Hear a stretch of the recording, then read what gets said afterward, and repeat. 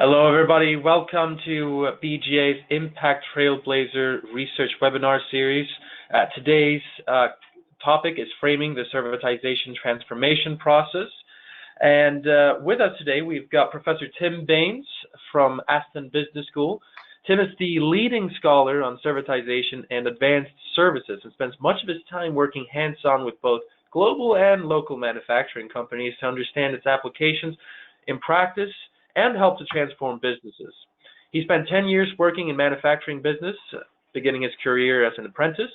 His background gives him a personal understanding of the challenges faced by the industry and the need for practical, relevant guidance on implementing change strategies. His book, Made to Serve: How Manufacturers Can Compete Through Servitization and Product Service Systems, has been described as essential reading for any companies or executives looking to explore this option for their business, and provides a practical guide to servitization based on in-depth research with leading corporations such as Xerox, Caterpillar, Alstom, and MAN Truck and Bus UK. Tim leads the Advanced Services Group, a 25-person strong center of excellence at Aston Business School in Birmingham, UK. So without much further ado, Tim, please take the stage and get started. Thank you, Victor. Welcome everybody to my talk. Over the next 20 to 30 minutes, what I'd like to do is to introduce you to the concept of servitization, talk you through one or two examples of servitization, and in particular to focus upon a framework that we've developed at Aston, which describes the journey that manufacturers tend to go through as they servitize their businesses. So let me start. The concept of servitization is something which has fascinated me for the past 20 years. My background is manufacturing engineering, manufacturing systems, manufacturing management, and I've spent a lot of time in my career working with international manufacturers such as Airbus, such as Rolls-Royce, such as Ford, helping them to design efficient and effective manufacturing operations. And one of the things that I learned during that time was that we have very good, firm, clean ideas about how we organize the manufacturing operations to produce products. And it's interesting when I reflect upon it, and I go around factories today, I see many of the features of a factory which were first typified by right the way back to the work of Henry Ford, and beyond Henry Ford, right the way back to people like Bolton and Watt in the 1800s.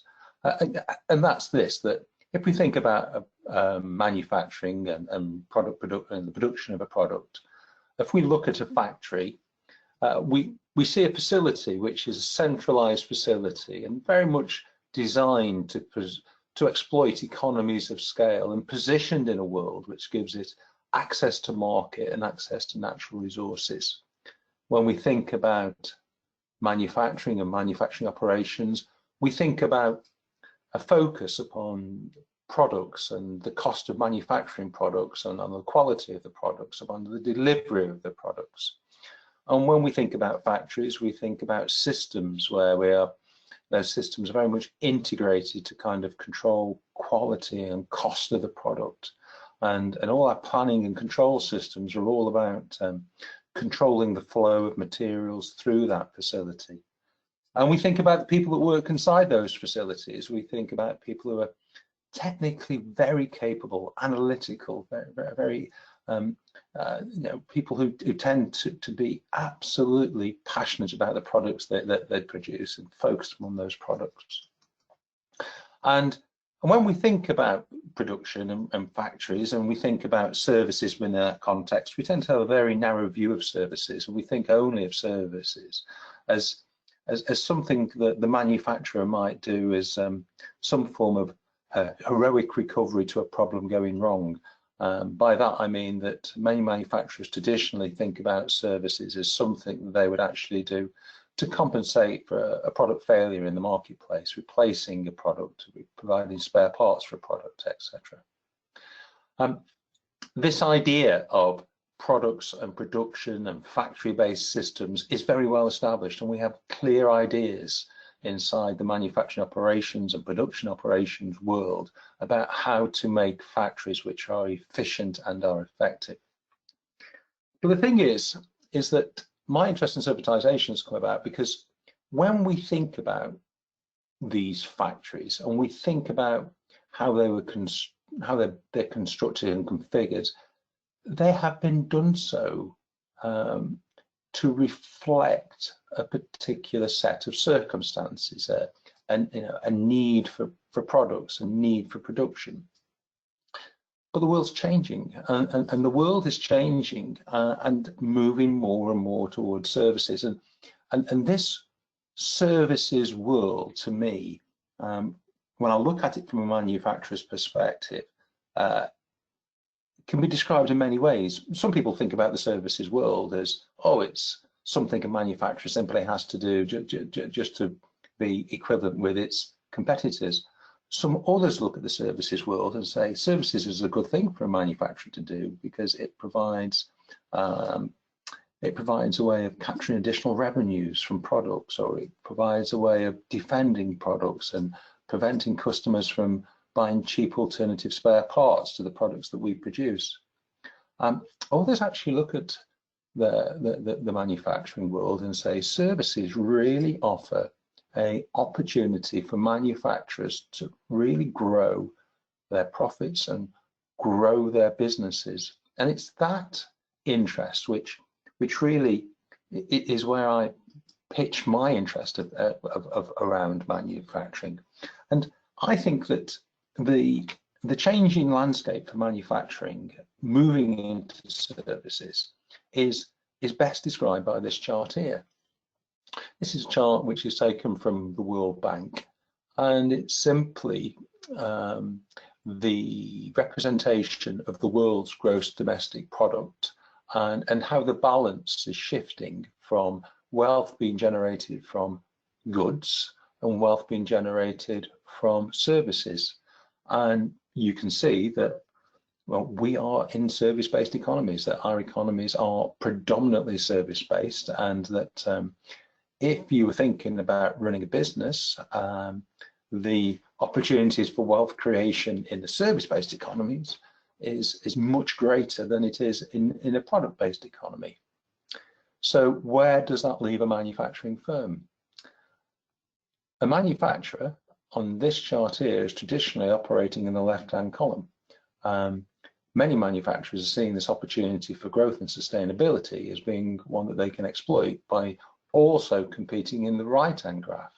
And that transformation of a manufacturer, that innovation of a manufacturer from competing on the basis of products to also building revenues through services, that is the process of servitization. And it's that servitization of manufacturing which is really starting to be something which is a lot of researchers are very interested in, a lot of industry is very interested in. They're interested in it from the point of view of the opportunity that servitization provides for manufacturers to grow their revenues, and the opportunity that servitization provides for those businesses to actually sustain themselves, to contribute, but sustain themselves both in terms of the commercial sustainability, but also from an environmental sustainability. So servitization is this hot topic. Now, services are interesting. When we start to look at a manufacturing firm and we think about services, you can look at it from the perspective of saying, really, not all forms of services are equal. So you take a manufacturer, and the manufacturer knows how to produce a product. It knows how to produce spare parts for that product. They are what we refer to as base services. They're what a manufacturer naturally does. The outcome of the manufacturer's endeavor is all about focused upon the customer having a provision of a product. Now, these services are the baseline for what we refer to as more advanced services. Now, sorry, more intermediate services. Now, lots of manufacturers provide intermediate services. Intermediate services are services which are very much focused on maintaining the condition of a product. And very often when you talk to a manufacturer about servitization, they are in this space where they will say,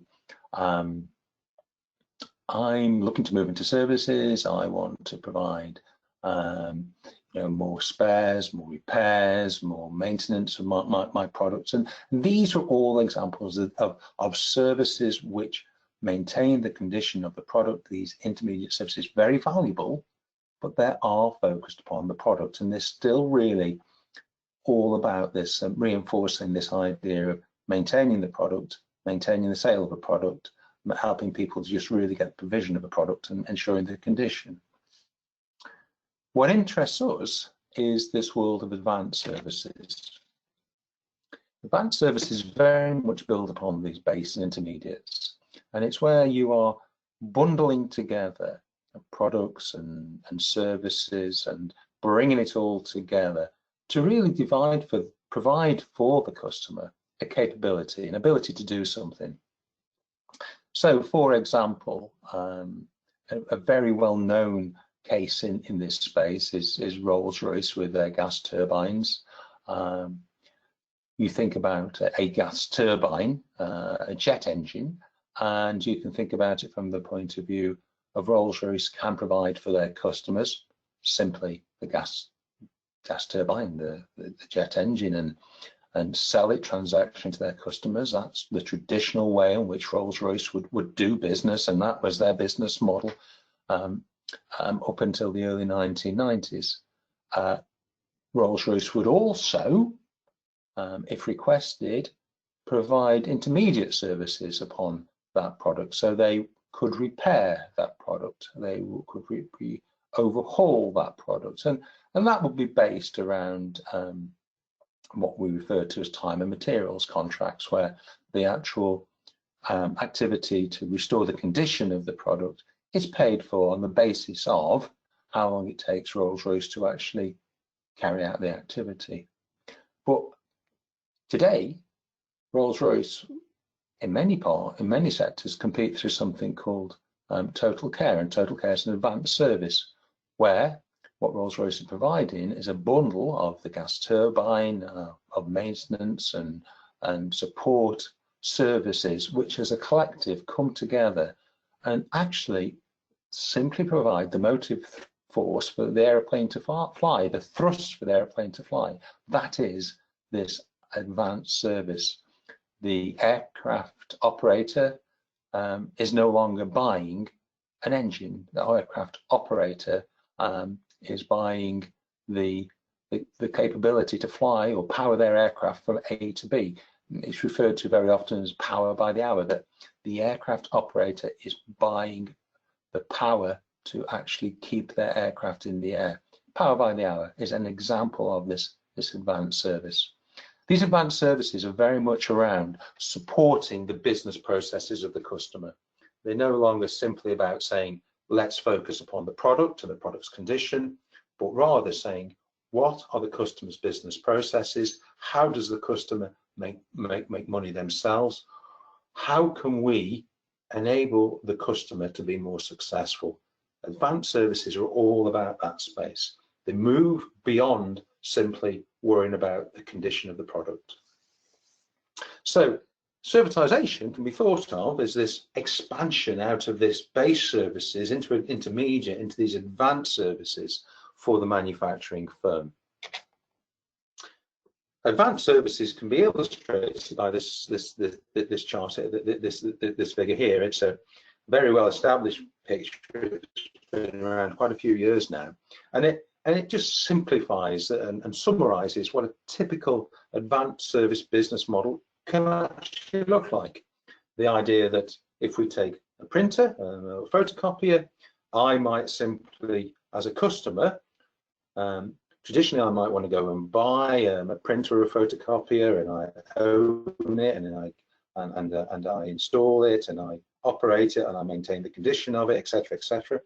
In this advanced services business model, I'm, as a customer, simply buying printers, printed paper, paper print. I'm paying for the use of my photocopier or my printer as I use it. I'm putting cash into it and returning, getting as an outcome paper which is printed or copied.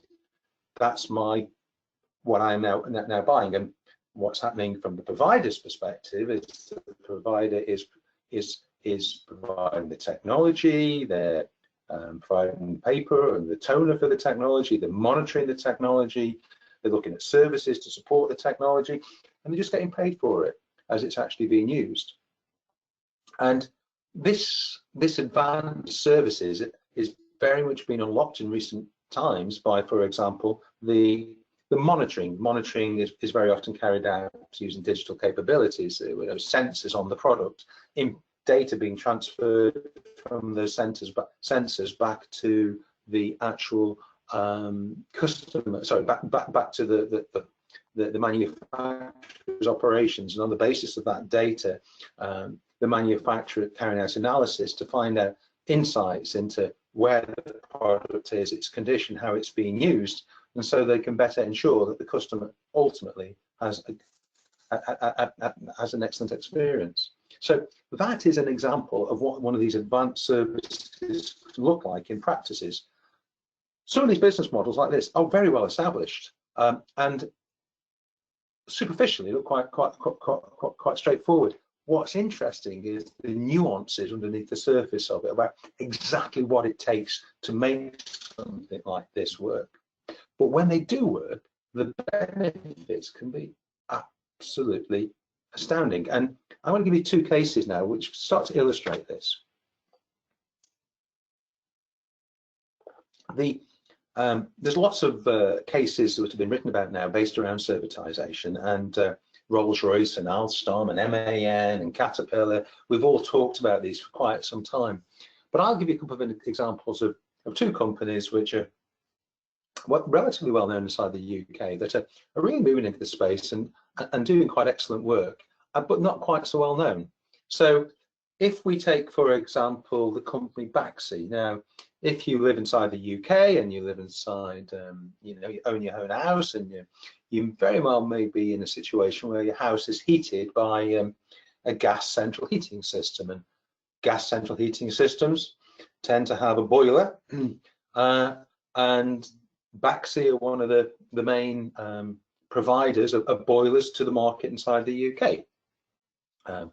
Gas boilers and really very the principal form of heating. Now, in 5 years' time, regulation is likely to be that this form of heating, which is based upon fossil fuels, it will no longer be allowed. So if you are new build houses, gas central heating will no longer be installed.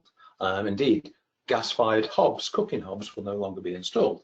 So how do you move from a gas-fired system to a different type of heating system?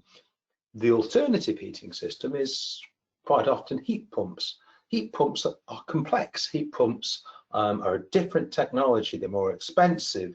The service space, the capabilities of the technicians to install it is different, and because of the expenditure associated with it, people are reluctant to take this new technology on. So you've got a tension that, in spite of government regulations moving companies to this space, the capability, the customer is not necessarily receptive. How can you get around it? So Baxi are moving into providing heat as a service. So rather than trying to sell this expensive technology to people, what they're saying is that we will provide you an ambient temperature inside your home. We will work with you to make sure the fabric of your home is in order, and then based upon the fabric of your home being correct, we will provide heat as a service, pay for it on the basis of the temperature inside your house. And in this way, they are unlocking the adoption of heat pumps. And this is absolutely fascinating what they're doing, because they they're radically changing the rate of adoption of heat pumps, and it's all because of the offering this advanced service rather than simply trying to sell the product transactionally. Let me give you a second example.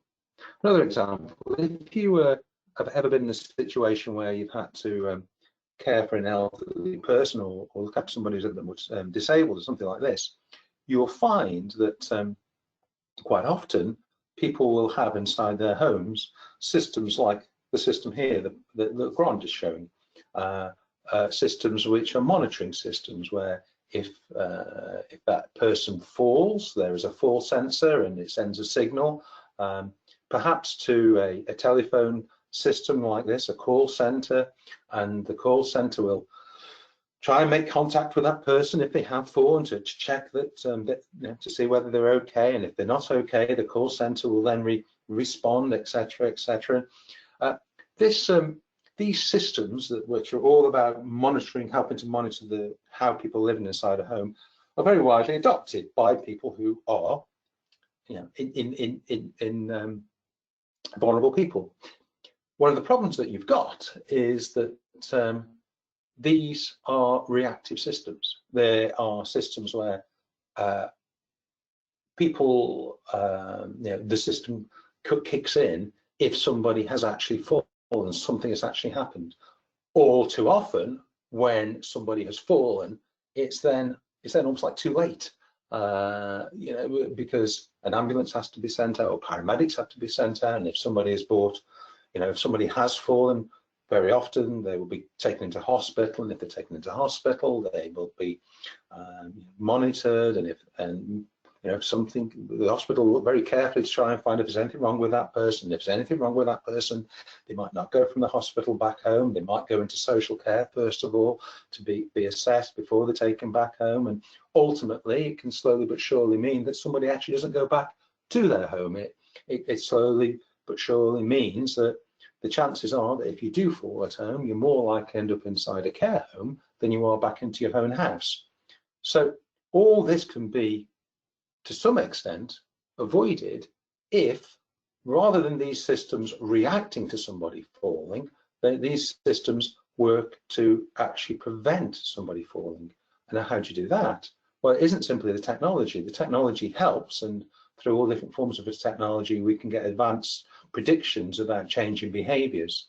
But we need to wrap that around with an advanced service offering, which simply says the outcome will be, we're going to keep you inside your home, and what we will do, we'll put in place a business model which provides the capability to ensure that within the realms of your physical condition, we will seek to ensure that you are safe and secure inside your home, and we work to ensure that. So no longer will it simply be a case that as a carer you get a telephone call if there's a problem. Rather, you'll be in a situation that as a carer you would be updated as to okay, something might happen, and what we're doing is this to help to avoid anything going on wrong, etc., etc., helping to keep people inside their home. So the Grand and Baxi are two excellent examples of companies which are really innovating inside this space and looking to develop these advanced services which are all about supporting the business processes of the customer based upon the products that those manufacturers traditionally produce. This shift, this changing footprint is common across lots of manufacturing businesses now, and this chart here shows what the services staircase, and it shows the different types of customer value proposition based around services that are commonly provided. At the bottom end, it's the base services of providing the product and the product spare parts, moving into the intermediate services, which are product break fix, assured maintenance contracts, performance advisory services, and ultimately into the advanced services. And advanced services can be based around the actual asset or the business process, or indeed the business function of the customer. And many manufacturers traditionally compete in this space, base services with a few intermediate services. However, particularly in developed economies like the UK, the footprint that these manufacturers are anticipating, or desiring to have is shifting, is changing. They want the footprint which is much broader. It's embracing these advanced services, and it's moving into these outcome-based contracts. From a research perspective, we are very much in a world where we've got a clear understanding now of what servitization is, the types of customer value propositions that can actually be put out there. Where the forefront of services is, sort of services research in this area is all about, is about understanding the transformation process. Understanding the transformation process so that, having understood it, we can be in a situation where we can better advise companies on how to go about servitizing their operations, shifting from simply the blue envelope you see on this screen here to the green envelope. And some of our more recent research at Haston is very much focused at this. And this chart here is a summary of that transformation process, a summary of that framework. What we found, the work is based upon quite an exhaustive set of case studies, and those case studies, this whole research is actually published quite recently in the International Journal of Production Economics. And if you'd like more insight into actually the research behind it, I'd point you at that journal and at that particular paper. What the framework shows is that as manufacturers move into the space, they tend to go through 4 phases. Going back to the diagram a moment ago, what we're saying, as manufacturers move from the blue envelope to the green envelope, these are the stages that they tend to go through. The 4 stages are exploration, engagement, expansion, and exploitation. Exploration is where the manufacturing business, when the people, the executives inside the manufacturing business are looking at this concept of servitization and trying to understand whether it's relevant to them. Is it something that we should be doing? And they will, when we first look at manufacturing businesses and they're first exposed to servitization, they will spend a lot of time questioning, so going through this exploration stage, questioning what's going on. And what you'll see on this chart here in the green zone are first of all examples of the typical types of activities that companies will go through. Companies can go through many more than these, and they won't necessarily go through all of these, but these are very typical of what they'll do. So for example, they'll look at the services landscape, they'll look at their positioning in the value stream, they'll look at their opportunities and threats, and they'll try and almost like create a business case for whether they ought to move forward with servitization inside their organization. And they'll cycle around here. It's not a linear process by any means. They'll iterate through this, and they'll carry on iterating through this exploration process until senior management feel that the opportunity has been there's sufficient opportunity in here to actually try it, and it's kind of, there's the opportunity to take the initiative further has been demonstrated. And it might simply be that we think there's something in it, let's try it in practice. When that condition is reached, it is actually momentarily quite linear. You drop into the second area, which is this engagement. Now, we have clear ideas about how the engagement process works inside businesses, particularly manufacturing businesses. The process tends to feel more like companies that do engagement well. What they will do is they will look at the marketplace, they will segment the marketplace, they will find customers which are seem to be keen for innovations in their services. They will go to those customers, they will carry out exercises such as empathy mapping, where they're looking to establish the pains and gains of that customer, and on the basis of understanding those pains and gains, they will develop customer value propositions, and they will pilot a number of these these customer value propositions. They will wrap revenue models around them, test different revenue models with them, and slowly but surely they will seek to demonstrate that these services, these advanced services, have true value to the marketplace.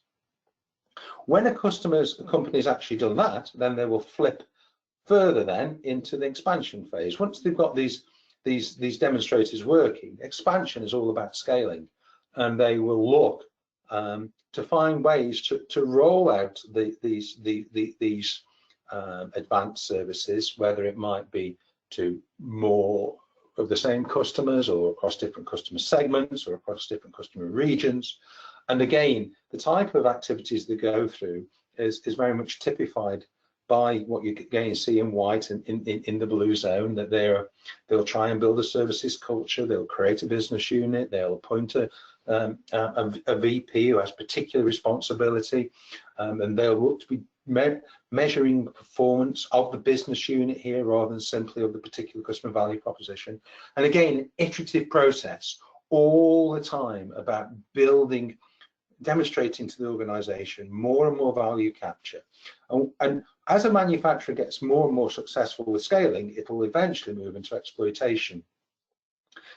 There are some businesses, such as Rolls-Royce, for example, as I alluded to earlier, that do exploitation very well, that they're very much as an organization targeted at supporting their total care offerings, their advanced services, and they're always trying to find ways of improving the way in which they deliver that, the efficiency and the effectiveness of their operations, of their production and service operations.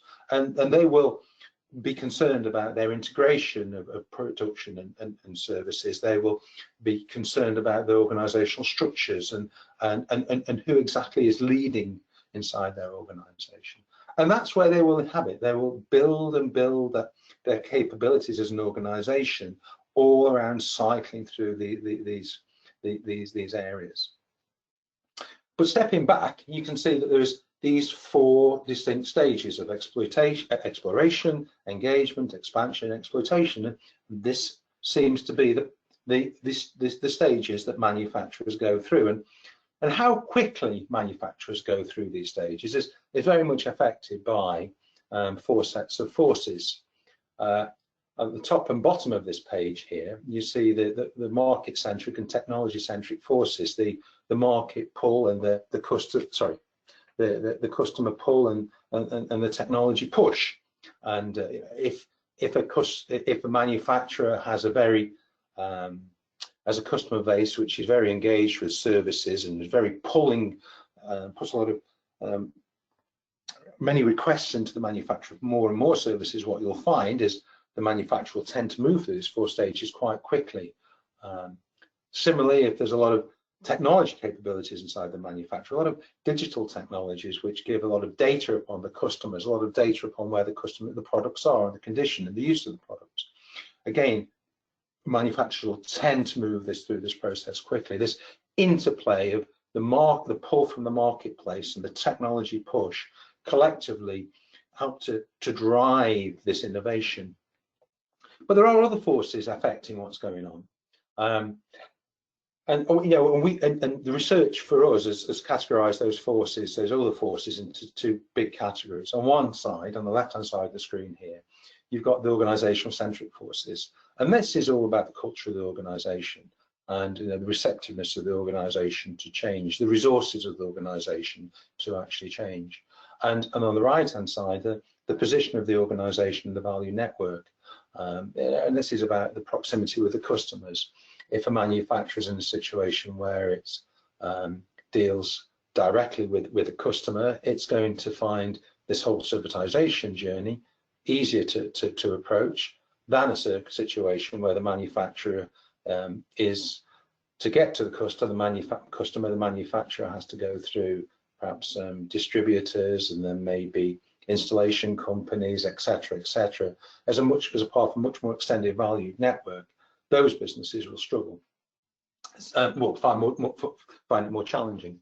So this interplay of the organization-centric forces and the value network forces, combined with this market pull and technology push, collectively, these four sets of forces really affect the way in which a manufacturing business moves through this transformation journey, and very much affect the way in which they move from competing on the basis of those relatively base intermediate services towards those advanced services. The research, which is published in the International Journal of Production Economics, is really trying to, it really describes the work which has been carried out to understand this process. And where we're moving to now is on the basis of understanding how businesses have done this, we're in a much stronger situation now to suggest more tightly how companies can actually go about doing it, how you should consider approaching servitization, the steps you should do and in which order. And very much our work at Aston is in that space now. So, ladies and gentlemen, moving towards the conclusion of my talk, what I've tried to do is to frame servitization, explain to you that servitization is about manufacturers competing through services rather than simply products alone, and explain to you that you know, how the manufacturing operations associated with servitization differ somewhat to those traditionally associated with products and production. What I've tried to do also is explain the different forms of services that take place and can be delivered, and I've paid particular attention to these advanced services. And then what I've done is I've spent a bit of time talking to you about the transformation process that manufacturers go through.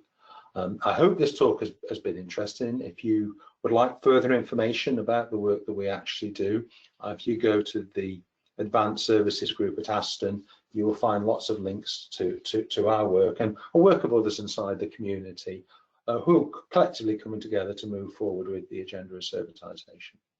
I hope you find it interesting, and do feel free to contact us if you'd like further information. Thank you. Fantastic. Thank you so much, Tim. It's been a very interesting talk, actually. I'd just like to let everyone know that you're free to submit your questions right now if you have any.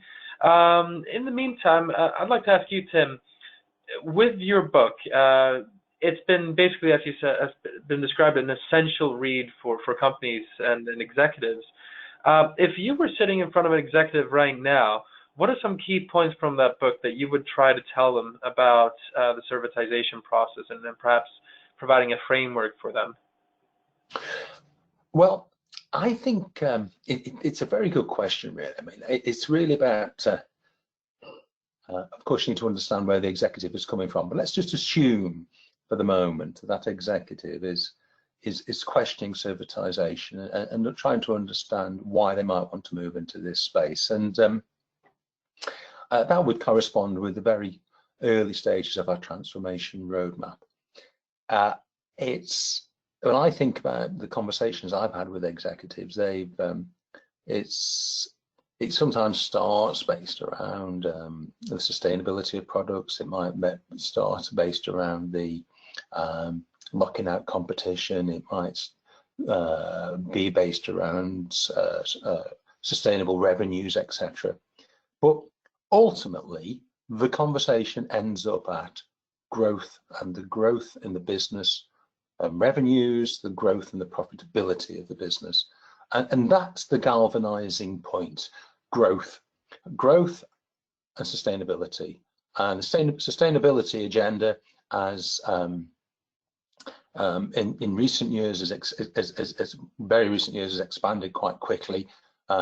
It's always been about the commercial sustainability, but the environmental sustainability, particularly in Europe, is a big issue. And when we have these conversations with executives, more and more it's about this growth of this business, and then the sustainability, the commercial and environmental sustainability of the business.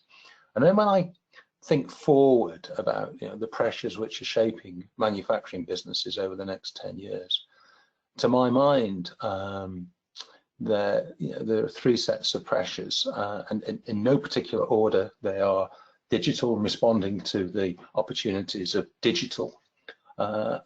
The second one is the productivity agenda and creating more and more wealth with less and less resources. And the third one is the environmental sustainability, the climate change agenda.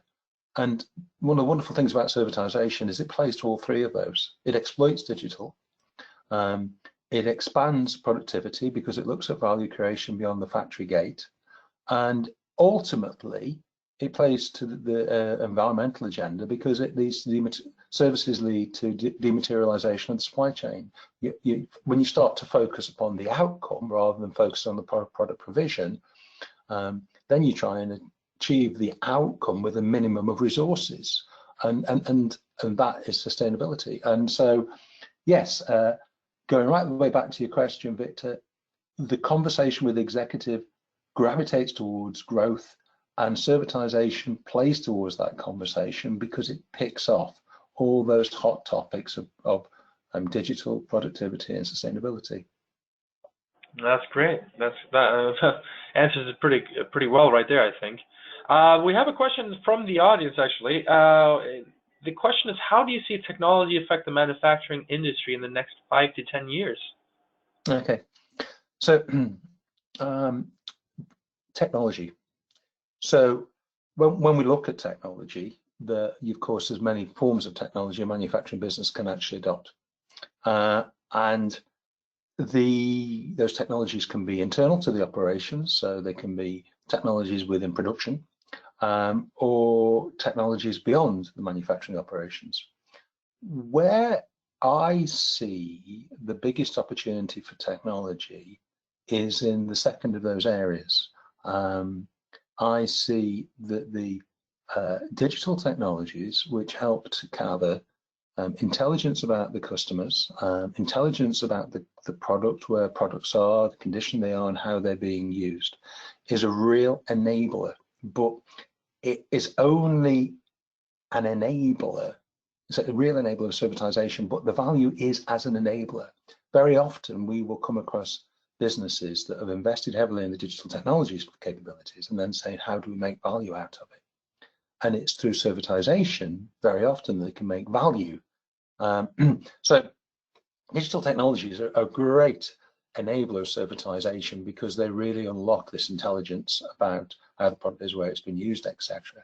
But the way in which the manufacturer captures value from that intelligence is through innovation of the business model, and predominantly innovation of the business model towards services. Great. Next question here. Can you explain the Advanced Services Group and what you do in more detail? So Advanced Services Group has been at Aston for about 10 years now. We initially, my background is manufacturing engineering, manufacturing management systems, etc. And when we actually created the research centre at Aston, we based it upon work that I'd been doing at Cranfield and my colleagues in different areas have been doing. And we wanted to create a research centre which both worked to be at the forefront of the research in this area, but also could deliver impact. So we created a research centre which initially focused on servitization, but we changed the focus after a couple of years to focus particularly on the advanced services, on the outcome-based contracts. We created a research centre which is a blend of more traditional academic researchers, but also people who work with business. And as a collective, there's about 30 of us now in the broader team, and we are funded. A third of our funding will come from business, a third of our funding will come from Research Council, and a third of our funding will come from regional funding, which is about aiding businesses. And we're all about helping companies researching the topic and helping companies to adopt this work. And by helping companies to adopt the work on servitization, learning about it, it's a virtuous cycle that we try hard to sustain. Great. So, yeah, and I assume that they can get in touch with you as well, Tim, if they have any further questions about it. Yeah, absolutely. So the best way of doing it is go to the Advanced Services Group at Aston. You'll see our website there. You'll see links to myself and to my other colleagues, and so some of my academic colleagues will focus more on the business model side, and others will focus more on the digital technology side or the supply chain side. So as a collective, we try and make sure we look at all the different aspects.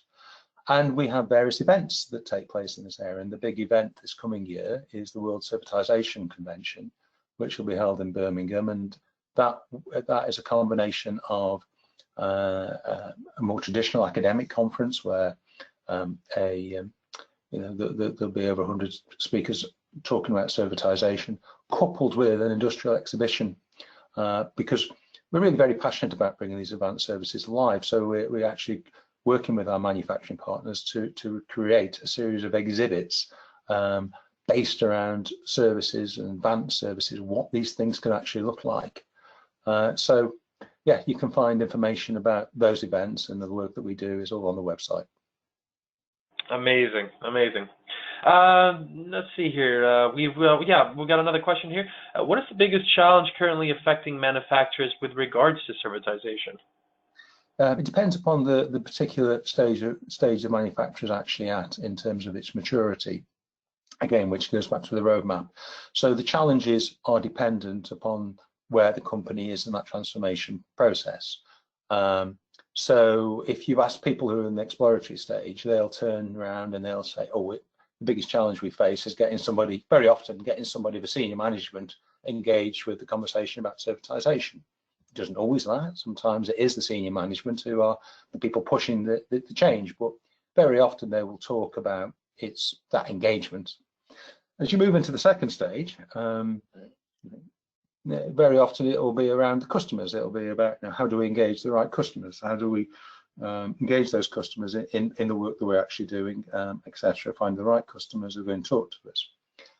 The third stage, which is really about the scaling, that's when the biggest challenge is the organizational transformation, the people side, the cultural side. And that really is pervasive then into the fourth stage also. And indeed, if I was to look across the four stages and say which is the one which is the most difficult challenge to deal with, it is the culture, it is the organizational change. Because very often, manufacturing organizations, they are largely consist of people from, like myself, from an engineering background, very much associated with the product, enjoy the product technology. And they consider services to be of second order importance. It's about the product first and services second. But of course, when you move into this world of these advanced services, you can't have that. You've got to be agnostic to whether it's product or service. You've got to be really focusing upon what it is we're doing for the customer to help the customers be successful. And that doesn't mean you abandon the products. The products provide you some critical IP and know-how which helps you to support the customer, but it's that cultural change which is the challenge. And it's from a research centre perspective, servitization is a wonderful subject to work with, because we look at it and there's so many challenges. We're going to be working in this area of servitization quite a long time yet, which is quite reassuring. There's a lot of aspects of servitization which have yet to be reconciled. That's quite interesting. There are no more questions from the audience, but kind of jumping on what you just said, Tim, is there anything that you're currently looking at, any new research that you're looking to do with regards to this subject, or any of the areas that you want to explore more in further detail? It's interesting because one of the pieces of work that what we're doing at the moment in time is a piece of work where we're actually setting up a demonstrator to illustrate to people what these advanced services look like as an organization. If you think about products and production and a factory-based system, you can walk into a factory, you can see it, you can feel it, you touch it, and you get it. These advanced services are different. Services are much more challenging concept to almost communicate to people, even though they're more pervasive. They're more. So we're creating a demonstrator, and a digital and physical demonstrator. But one of the challenges that we've got is that a lot of the research challenges are not the engineering, they're not the digital side of things. There's things to be done in that space, and people are getting on and doing it. and it's great, and we will embrace those. But it's what happens around this space and the linking particularly with the social sciences. So linking with people who understand better the economics, people who understand better the organizational change, and people who understand more about the social science and what people from the social sciences can actually bring to better, to inform what people like myself are doing with businesses from almost a more traditional engineering perspective of helping to reshape the operations of the business. The social sciences provide very important set of enablers in terms of helping us to get better at the organizational change, the economics, etc. So one of the big challenges I think we face moving forward is how to be better at embracing the broader social science agenda. No, that's quite true. We don't have any more questions from the audience here, so Tim, I think we'll end it right here. So thank you very much for a very interesting webinar, and I just want everyone to know that this webinar will be sent out in a recording as well. So if you want to revisit the video, you can. And contact details, Tim. Are you happy to share your details to the audience? Yes, so I can be contacted at the Advanced Services Group at Aston. So just do Google search the Advanced Services Group, and you'll come through to, you'll see the team and myself. You see my email will be there, which is t.baines@aston.ac.uk. But you'll also see the broader team there. And yeah, please approach us, contact us, and if we can help you with servitization, we will. Thank you very much, Tim. And that's it for us today. Looking forward to seeing you on the next Impact Trailblazer research webinar. I hope you all have a great day. Take care.